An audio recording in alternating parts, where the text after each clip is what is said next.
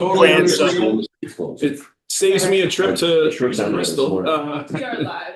We are live. Okay. Good morning and welcome to House Transportation on Thursday, February 13th. We have a very active Agency of Transportation Day out on the roads, at least up north, with many school closings and things going on. So we have some online guests. We were looking forward to seeing you in person, but we will get through and look forward to the next time we see you live.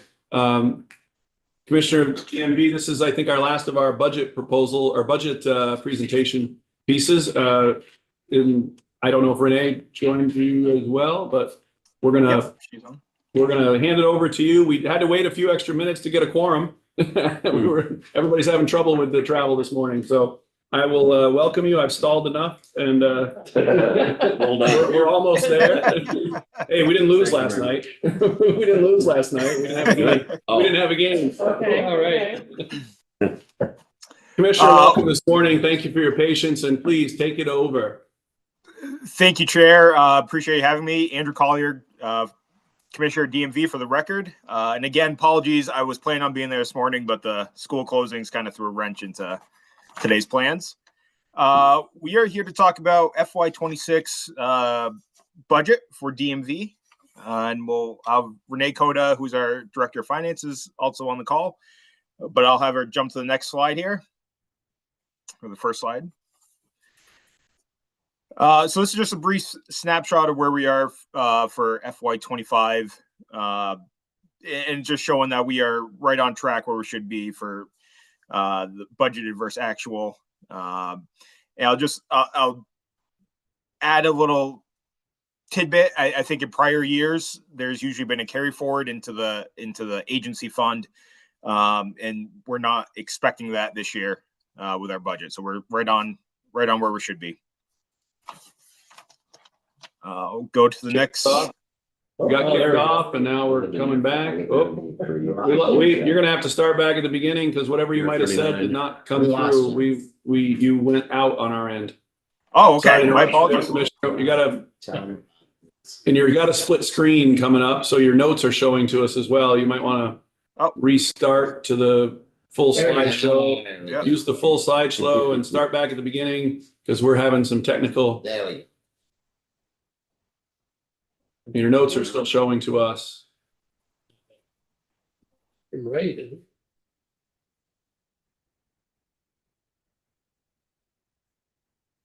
Not sure why, but that's okay.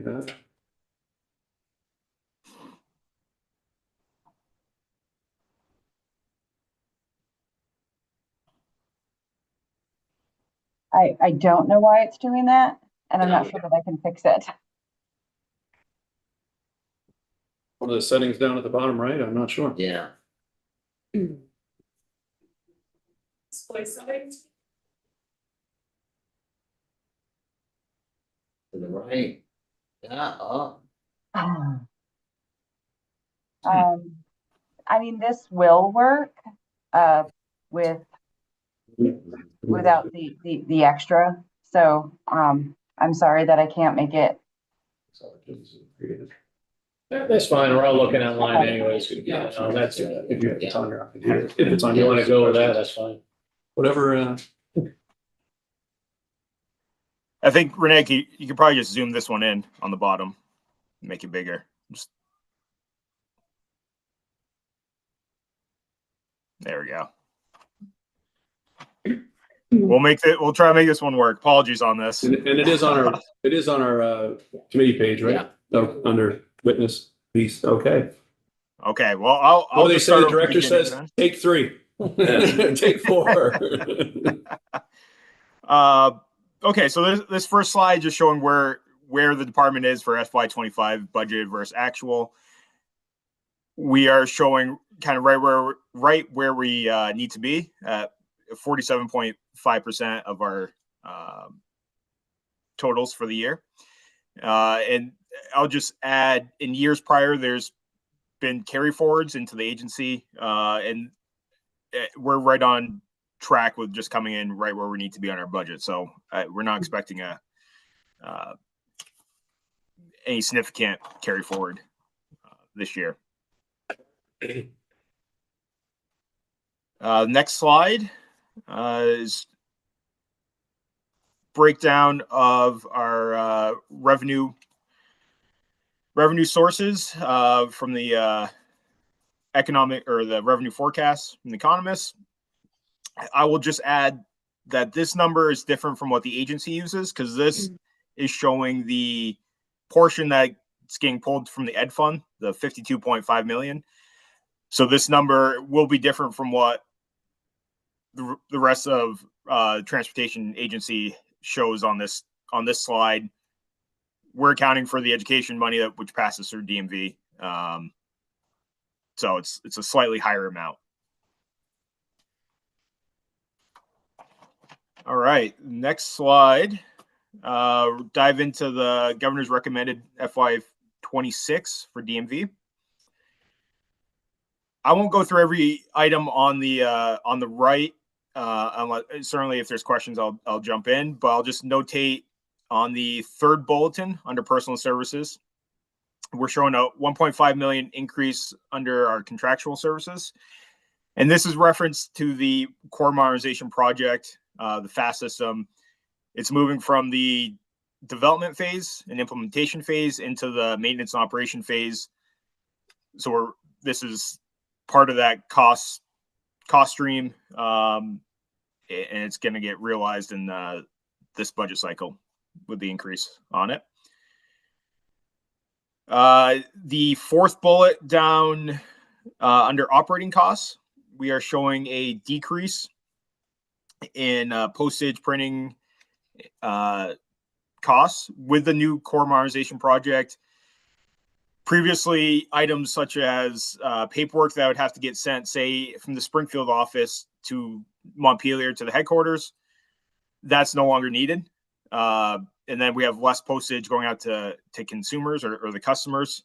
So we're showing a decrease in that line item as well. We have on the first bullet, 57,000 increase in equipment costs. We are having to get some new scanners and copiers, and we're showing the money for the weight scales that come in for the enforcement team on that line item as an increase. And that is the next slide is our crosswalk, which I'm sorry, Commissioner, my bad. Yep. Representative Burke has a question for you. Sorry, I didn't quite understand. So in the decrease in the property, rental property, what's happening across the street in the DMV building? I will let Renee jump on this question. So the Renee, Director of Finance, Renee Coda, the decrease is not a number that we have control over. It's with the internal service. So we rent most of our buildings from BGS. I So see. yes, and so that is a reflection of what they're charging us. So do you have empty office space upstairs, or you still have the windows open, correct? Oh, I'm in the office right now. So it's not that we have empty office space. By November of this year, when we go live with the last part of the core modernization, driver services, we actually will be very, very full. Okay, thank you. Representative White. So just a question on the $1.85 million increase in contractual services for that core modernization project. Is that, was that just budgeted incorrectly, or were there costs that came in? This is that big database kind of new data system that you all were talking about earlier. Yep. And Renee can touch on this as well, but this is part of the contractual phase of the program. This is not an unexpected shift. We're moving from the development implementation cost structure into the maintenance and operation structure of it. Okay. So this is within that IT ABC form and planned route of costs. Okay. If you would like me to interject, so our contracts will increase for the future, because this is it's for the project, the implementation part, that's paid for out of multiple funds, ARPA, IT mod, the general fund, but the ongoing maintenance has to come out of DMV's the T fund, the general power budget. And so there's an increase from last year to this year because we're moving into maintenance M&O for a part of it. And in the future, the budget will just reflect this higher contractual basis. So do you expect this to be an annual cost of about 1.85 million, just kind of maintaining this new system? So I'll just move to this next slide for a moment and make it larger. So the budget for all contracts was $8 million in 2025 budget. And so the 10 million, so it's more, we anticipate that this line item, the contract, which includes more than just the FAST contract, will be closer to that $10 million every year versus the $8 million, if that answers your question. Okay, thank you.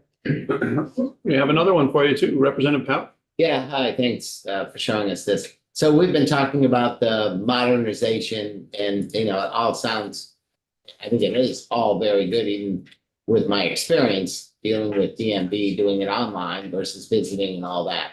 And so what you're saying is a lot of those upfront costs to do this didn't come out of the transportation budget, but now to maintain it, that is a little additional in the transportation budget. Has there been an overall reduction in the headcount or any other savings on the other side with the implementation of these new systems?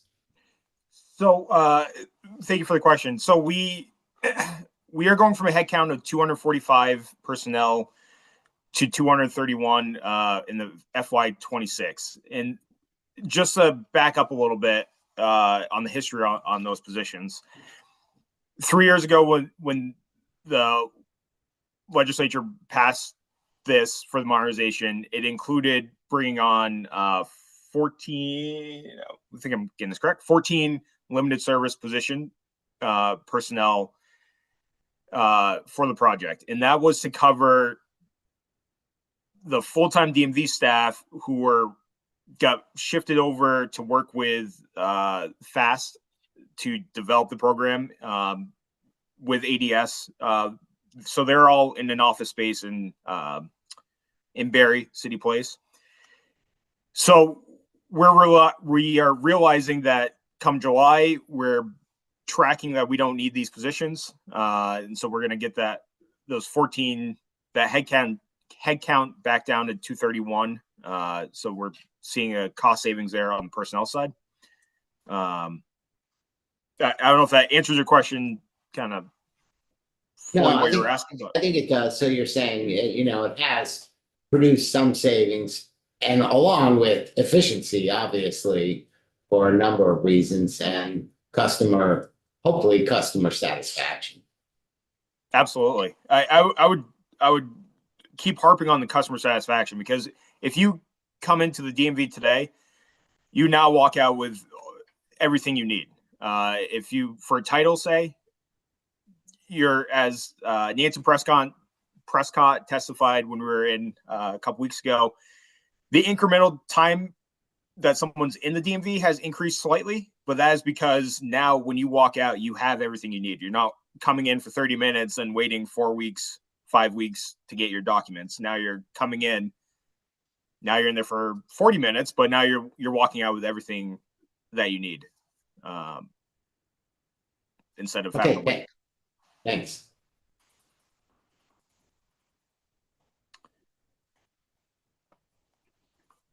And then the last slide, just a breakdown of what we have on the crosswalk for our budget. We're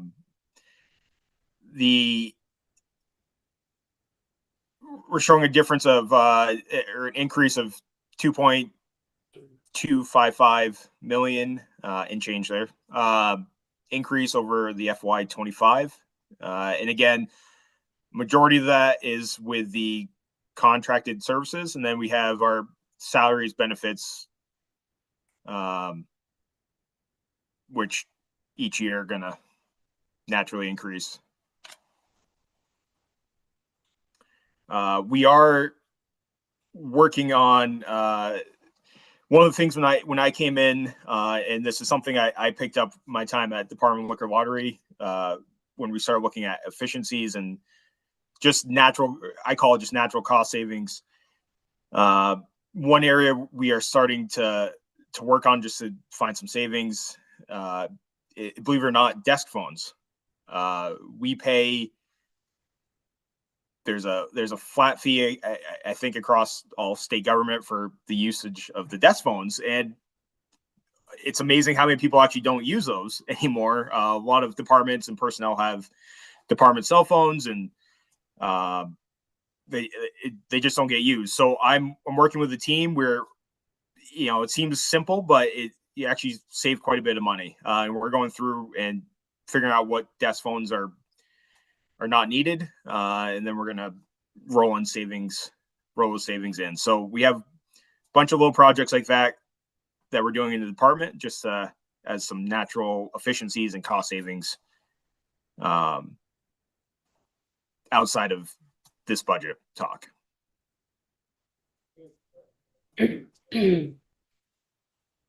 Representative Pouch, please keep going. If this is a good time, the mileage-based user fee is coming down the pike. Along with that are the additional, I'll say, registration fees for EVs starting. How is that going? And we did have a question about when the mileage-based user fee comes in. Are you ready to collect those fees? Because I believe those will come through the DMV. That's the plan. And maybe we're ahead of, maybe I'm too far ahead because we haven't started it yet, but I mean, that plan is coming down. What can you talk about those fees and the additional fees to EV and plug-in electric cars? How is that going? And then, the plan going forward to collect those fees, the mileage-based user fees. Yep. So to the first part of the question, with the new infrastructure fee, we have run into a roadblock, I would say, where what we're getting through the VINs from the manufacturers to register what is a plug-in hybrid for the charge on this is not matching up with what we have in our system. So right now we are currently working off of A&R populates a list that they manually do monthly. And so we are currently working with that list so that it matches what we have in our system so that we can get this properly done. And so the fees are getting sent out. I think it's an area that I don't want to speak for what was previously, but I don't think this was contemplated on capturing some of this data from years prior. So now we're trying to play catch up very quickly on making the data work within the system. We are talking with other states that have similar programs, and they're running into the same issue where what the VINs are coming through, which you would historically match as being a plug-in hybrid on the registration, that data is not matching. So we are quickly doing the legwork, more on the manual side right now, to get that portion rectified and squared away. As far as the mileage-based user fee, that's really just once the administrative framework of how that's going to be implemented is finalized. That's going to be no different in the fee structure, how for any other type of registration or fees that DMV collects. So, not to make it more simplified, but it's really just, we're just adding a new fee category, if you will, within the current structure. Thank you. And so it sounds like for EVs, you're able to send out for the infrastructure fee. But for plug-in electrics, it's the data is not as clean as you thought it would be, or there seems to be problems. So I appreciate that. On the mileage-based user fee, is there discussions about whether it would be one payment or quarterly payments, or, you know, is there been any sort of discussion or decisions on that approach? There has been, so there's been lots of discussions. I will default to Patrick Murphy on this because he's the one leading, spearheading that. I know there's been lots of discussions. There hasn't been a finalized,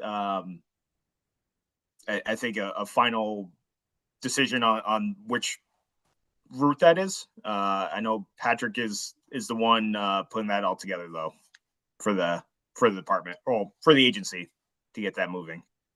Okay, thank you. Representative Burke, please. Yes, thank you for this presentation. So I'm wondering about on the theme of the collecting the infrastructure fee, is that getting transferred, this amount that you're collecting, to the Agency of Commerce and Community Development for their EVSE projects?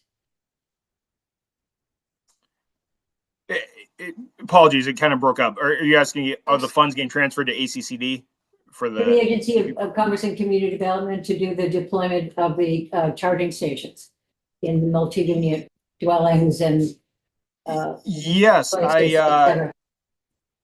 just having on that, I believe so. And Renee, correct me if I'm wrong, but that the funds that we have targeted that are supposed to go for ACCD for the deployment, do track their way to ACCD? We've only had the 1 month and we've just finished that 1 month. So I can't speak to that, but I can verify. I can look into that and verify that. Yeah, I'm just asking because I know there were constituents who were a little bit upset about that fee. And when we said that that was going specifically to the deployment of charging stations, that seemed to satisfy people. So I'm just following up on that. Thank you. Representative White. And I just have a question going back to fringe benefits. Recognizing that you were speaking to a slight decrease in total employees, yet the benefits continue to go up, and they're showing a over 6% increase. So I'm just curious, like, what the increase in medical costs are. And I also was just curious about retirement. So I guess health insurance and retirement. Yep. Thank you. I could touch a little bit on it, then I'll default to Renee. So these are what the state health plans, the state retirement plans, all those are set at the kind of the umbrella overarching Save Vermont employee discussions or in contracts. So we're bound by however much those healthcare costs and retirement percentages fluctuate, including with the new family medical leave insurance costs. The state as an employer decided we're pick up that percentage increase and pay that for the employees instead of the employees paying that. So all those are factored into these percentage increases, which are baked by the administration kind of what the contracts and those kind of overarching contracts with healthcare insurers. So we just get what that percentage is, or the cost increase per employee, and then those get rolled in. But I will pass over to Renee in case I missed anything on that. I wouldn't say that you did. I'd just like to point out that in the salaries and wages, we only went up 1.54%. We would have gone up more than 6%, or if we hadn't given back those 14 limited service positions, and we would have gone up much, much more than the 6% in fringe benefits had we not, because of what Commissioner Collier said about that we're paying additional costs that, that we weren't paying before. No, I understand. I just was curious the actual numbers, but maybe there's an easy way for me to find that on the administration website. I just was just recognizing that healthcare costs are going up for everyone, and I recognize that salaries went down. Just wanted to understand what goes into that 6% increase. And you were saying, so family medical leave insurance and the child care contribution. So you all are paying the employee portion of that, or part of the employee portion of that? Yeah, I don't want to get too far in from my skis. I believe all state agencies are paying that. I think that's okay. Kind of same across all state agencies. Yep. Thank you.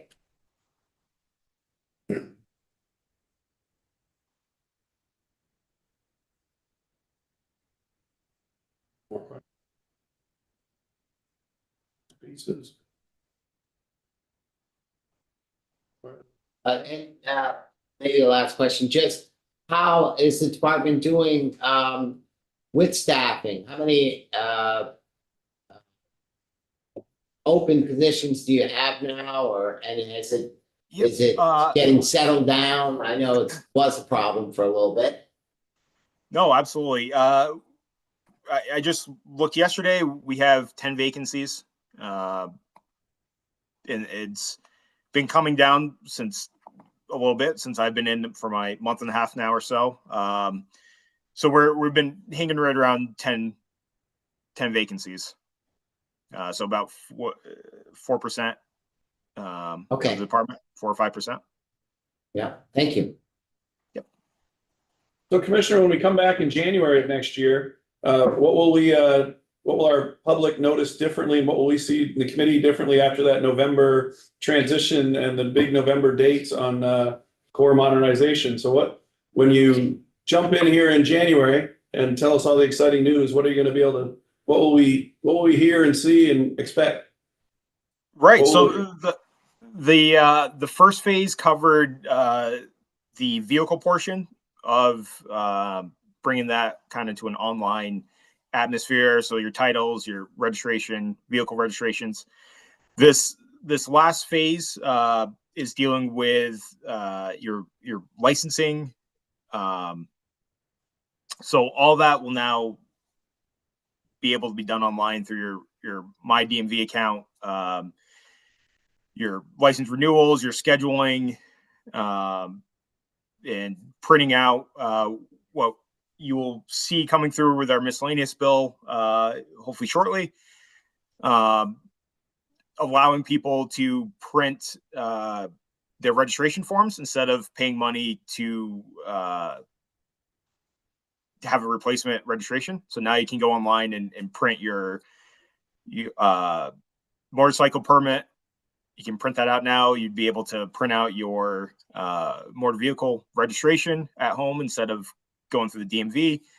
And it's just creating that as frictionless as possible experience for the consumers.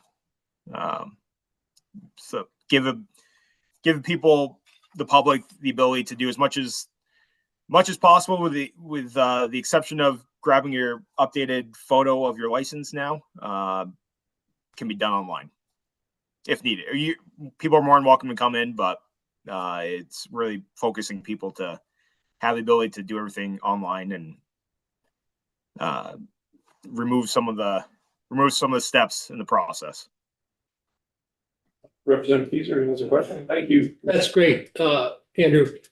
So with that, I imagine what you need to do then as time goes on is to review your staffing at the district level based on the integration of technology.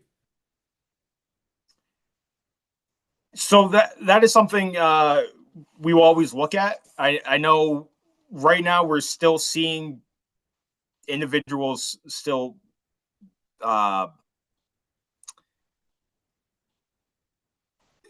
come in person quite a bit.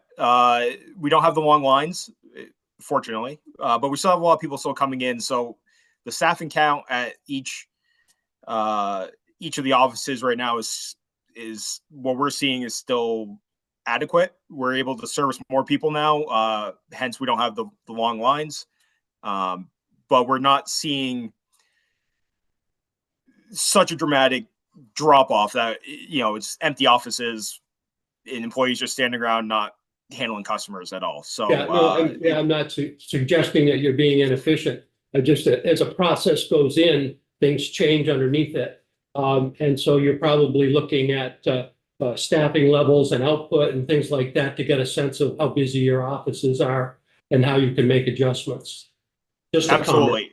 Yep. No, absolutely. That's something we're always looking at. And there's been just some internal changes, moving some positions around to find some efficiencies. I know one area that when I came in, I saw we had a deficiency in a kind of policy and department policy and kind of grant writing. So we had one of the vacant positions and we created a new position to update. There's hundreds of policies from the 80s that need to be updated in the department. And then people need to be trained on them. And I think the bigger question is, do we need 200 policies, over 250 policies from the 80s? I dare say no, but that is a process that we have to go through, and we're missing a lot of opportunities with various grants out there as well. So that's a position where we created a new, within the existing framework that we have, to work on and create some additional efficiencies and better end product for the consumers. So that's something we'll always look at and headcount and evaluate daily, really. Representative Howe? The last couple of years, we had some discussions on the modernization. I think it's through DMV on providing trucks on the highway with permits, overweight permits, all those sort of permits, and now they've become more automated. That's coming through your group. Is that correct? It's a 50-50 joint venture, if you will, with AOT, because they have a big chunk of this of the overweight permits with the engineers and I'm gonna mess it up, so I'll just say the mapping group that handles road widths and how those are mapped correctly. So it is we share this e-permitting development with AOT. It's almost like a 50-50 lift between the two departments or two sides of the divisions. So, but yes, we have a significant share of it, and we're really excited with the implementation of the e-permitting coming through. Right. So those e-permitting, which, from our testimony in the past, seemed like far easier for those truck drivers to have them, on their phone or whatever. And it's quick, it's fast, it's efficient. And those are just maybe you're the right person or not. Those are just for state roads. Has there been any discussion at all? Municipalities also go through that process of issuing overweight permits. And from my understanding, it is municipality by municipality. They have, and it's all manual. Has there been any discussion of trying to incorporate a more efficient system to support municipalities who also issue weight permits for trucking? Yes, I did ask this question to the team. I believe this is once they get this kind of, I guess, initial phase developed and implemented, I think there's capacity on here that would allow kind of integration with each town, if a town would choose to do so. I know when I was at the Department of Liquor and Lottery, we had a similar licensing system because each town needs to okay a liquor license or tobacco license. And so the state online system would allow towns to go in and give the town approval within the system. I believe there is talks. I think it's more of a logistics kind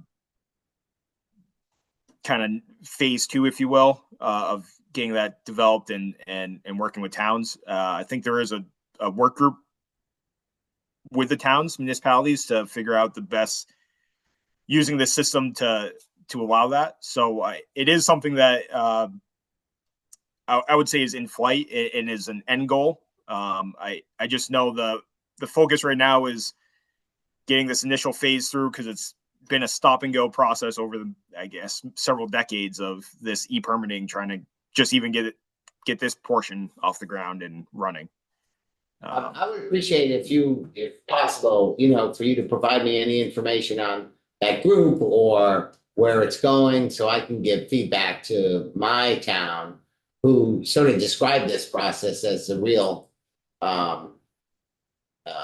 difficult one, and for the truckers too, who now have to apply to 8 municipalities to get an overweight permit to drive through. And I think at this point, it's all manual. It's just a form that people are filling out and, collecting $25 or something. And it seems like a good opportunity to leverage these systems to help our municipalities.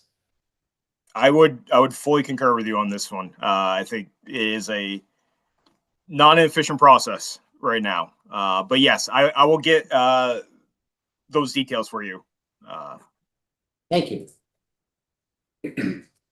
Commissioner, I have after crossover, we'll spend a lot more time on DMV issues when the miscellaneous motor vehicles comes this way, and there are a few starting to populate our wall. One of the things that I've heard about is that potentially heard or not, that there's significantly less enforcement perhaps out there in the world in terms of the amount of ticket revenue. But one of the areas is, with the amount of registrations that we have, both 1 year and 2 year, we know how many vehicles are out there.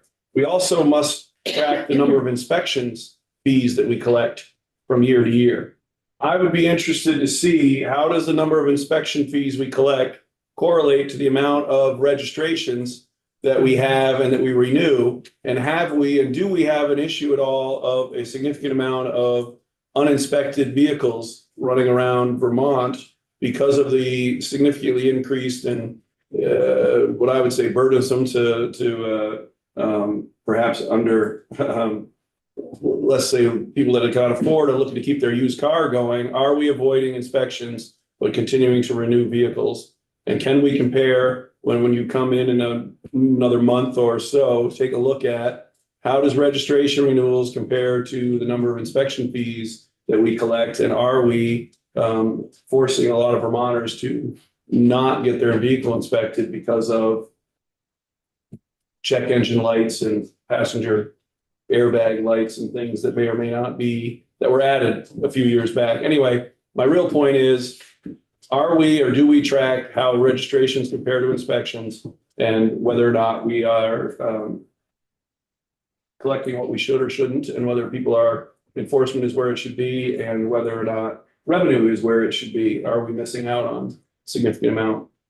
Some might say you would look at the same kind of data when it comes to licenses and renewals compared to population in and outs. But I'm interested in how that might compare and whether we've seen any drops or there's revenue opportunities in there, et cetera. So you got quite a bit of time before you'll be back in our committee on a regular Yeah. basis. And I don't know if you have any data on that now, but I'm not looking to put you on the spot today. Give you a chance to punt on that or take it. No, I will just say we are preparing some numbers for sand transportation. This very topic came up. We were just talking about it yesterday. So we'll prepare that. I do like, we were actually going to pull it from the amount of tickets and warnings that have been issued. But I think there's an avenue. I like what you said about what we have for inspections versus registered vehicles. I would just put a caveat. I'll see if we have data on the amount of inspected vehicles, because the fee, we can't use the fee because each dealership, or I shouldn't say dealership, each inspection station has a different fee that they charge. If you buy a new vehicle, a lot of dealerships don't charge at all for your yearly inspection. So Doesn't the state receive some of that money? Even if they don't charge the customer, isn't there a state inspection fee? I'm sorry to interrupt you. Let me dive into that. I was talking with We our better still enforcement be team the getting other our day on money even this. if they choose to give it away. I guess you've opened up an even bigger problem there. Perhaps we want to retract that one a little bit, because I don't care if they give it away for free or not. The state still gets their portion of every inspection, or at least I hope you'll be able to assure me of that when you come back. Yep. And let me, so that's a short way of saying, let us dive in and get these numbers. We'll have them both for you folks and for Senate, because I know it's a conversation that's they're having as well. I'm my neighbor might not like it, but I don't care if he gives it away for free or not. He still owes. We still get, the state still gets our portion of that. So thank you. I appreciate you digging in on that. We'd be happy to look at it when the time comes. And I wasn't expecting the answer today. So Representative Casey. What I know of the inspector, they pay for the stickers up front. That's what I was told. I don't know if they're still doing that, but a little while ago it was like a couple, $3 a sticker. So that's what I was told from an inspection station. So that's all I know. I'm not saying it's set in stone, but that's what I was told. And I don't know. I know that, Commissioner, I understand there was a significant amount of redoing of inspections back about 5 or 6 years ago, I think, at this point, right? So maybe we'll have to have that as a testimony at some point, but I don't know how that works, Representative Casey. So I will throw that towards the commissioner. Correct. So the inspection stickers flow through DMV. So we have the contract with Parsons. They create the stickers. But let me get an exact question if there's any other revenue that flows based on the inspection. I just had a conversation the other day with our enforcement team, and it sounded like that was a no, but let me confirm that for you. Okay. Commissioner, and Renee, thank you for coming in. Renee, I know I can't see you, but I know you're there somewhere. And we appreciate you coming to present your budget. Unless there's any final questions, we'll let you go. And awesome. We'll see you again. We'll see you again when it comes time for the miscellaneous motor vehicles and any of the other items on our wall. And I'll look forward to the additional information that Representative Pouch asked for and for this information you're putting together. So have a great day. Drive carefully. Same to you, folks. Have a great day. Thank you. Thank you very much. Thank you. We got through that a little bit quicker than we had budgeted for. So we have a break from now until 10:15 where we start learning about multiple